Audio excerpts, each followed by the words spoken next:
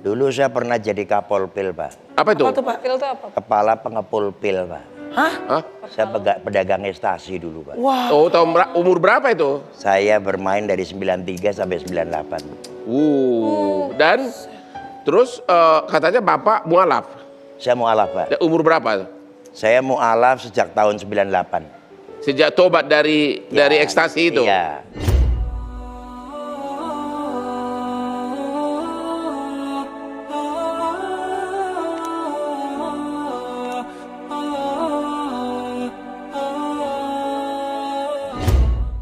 Kisah mati suri, Bupati Banjarnegara Budi Sarwono mencuri perhatian publik. Video pengakuannya viral di sejumlah media sosial dan ramai diperbincangkan. Sebelum menjadi bupati, ia mengaku pernah menjadi bandar narkoba dan kepala pengepul ekstasi di daerahnya. Suatu ketika, usai menikmati obat terlarang itu Budi melebihi dosis dan dinyatakan meninggal.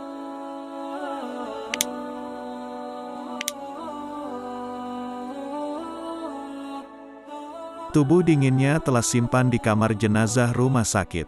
Tak disangka ia mengalami perjalanan spiritual saat mati suri, dan kembali hidup.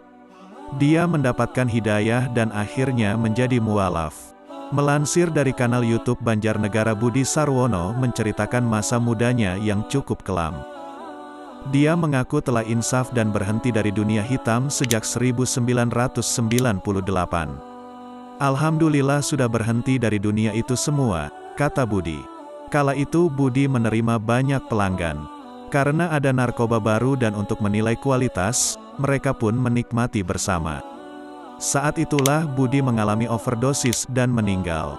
Pihak medis telah menyatakan Budi meninggal. Tubuhnya sudah dibawa ke kamar mayat. Meski ternyata kuasa Tuhan berkehendak lain. Dulu dinyatakan sama dokter saya dinyatakan mati, karena sudah ada di kamar mayat pada waktu itu. Alhamdulillah saya bangun lagi, ungkap Budi. Budi mengaku sangat tersiksa dan ketakutan dengan pengalaman mati surinya tersebut. Cuma di alam mimpi itu, saya mati. Aduh, sangat menakutkan sekali dan sangat tersiksa sekali, imbuhnya. Berkat pengalaman mati suri itu, Budi akhirnya tersadar dan memeluk Islam. Sosok putih yang muncul menyiksa dirinya meminta Budi untuk berbuat baik. Hal itu pula yang membuat ingat pada pesan kedua orang tua, untuk memilih orang lain yang membutuhkan.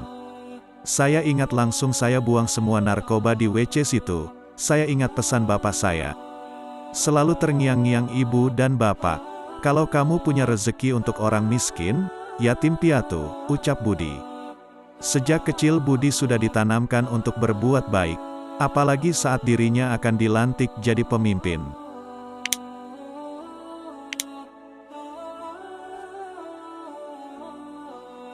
Saat mati suri dan berada di alam lain, Budi mengaku dipukuli atau disiksa oleh sosok putih.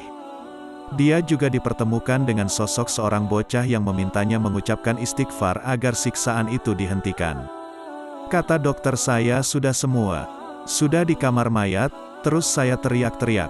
Ditolong sama dokter, setelah kembali sehat ditanya.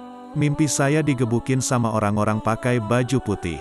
Terus ada anak kecil suruh istighfar, saya enggak tahu apa itu istighfar. Cerita Budi, dikutip dari kanal YouTube Hotman Paris Official. Setelah memohon ampun kepada Tuhan, sosok putih itu menghentikannya dan bertanya kepada agama yang dianutnya. Dia kemudian menjawab ingin masuk Islam. Karena memeluk Islam, Budi merasa hidupnya menjadi lebih tenang. Saya berucap, ya Tuhan ampuni saya. Terus berhentilah dia, terus ditanya kamu masuk agama apa? Saya ingin Islam. Setelah itu hidup saya tenang, pungkasnya. Alhamdulillah dengan yang saya nyatakan mati suri itu, ternyata sebuah hidayah untuk saya, papar Budi. Sosok putih di pengalaman mati surinya itu, memandu Budi untuk melantunkan syahadat. Saya mendapatkan petunjuk di dalam pengakuan saya sendiri, setelah saya disiksa sama orang yang menggunakan baju putih-putih. Saya ditanya mau masuk agama apa? Saya bilang, Islam. Terus saya dituntun untuk membaca syahadat, terangnya. Memeluk Islam, Budi memutuskan untuk menjadi santri di Desa Wedusan, Tayu, Pati, Jawa Tengah. Di sana ia belajar agama dari seorang kiai bernama Mbah Sutikno. Kalau kamu sudah mengaku utusan Allah, berbuatlah yang baik. Kalau enggak, kamu akan tersiksa lebih dari ini. Siuman, saya dari situ mulai berpikir. Iya, saya salah semua. Saya harus berbuat yang baik semua, tutur Budi. Setelah menamatkan pendidikan agama, Budi mencoba merantau untuk mendapatkan pekerjaan yang baik. Saya merantau cari duitlah, usaha yang benar. Tahun 2003 dipanggil sama ayah, karena tahu saya pernah nyantri di Pati, ujarnya. Dalam kesempatan berbeda, Budi menceritakan perjalanan hidupnya di Hotman Paris.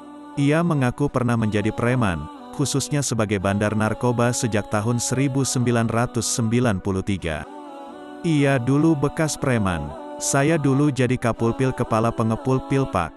Saya bekas pedagang ekstasi. Saya main dari 1993 sampai 1998. Saya mualaf 1998 itu, kata Budi seperti dikutip dari kanal YouTube Hotman Paris Official.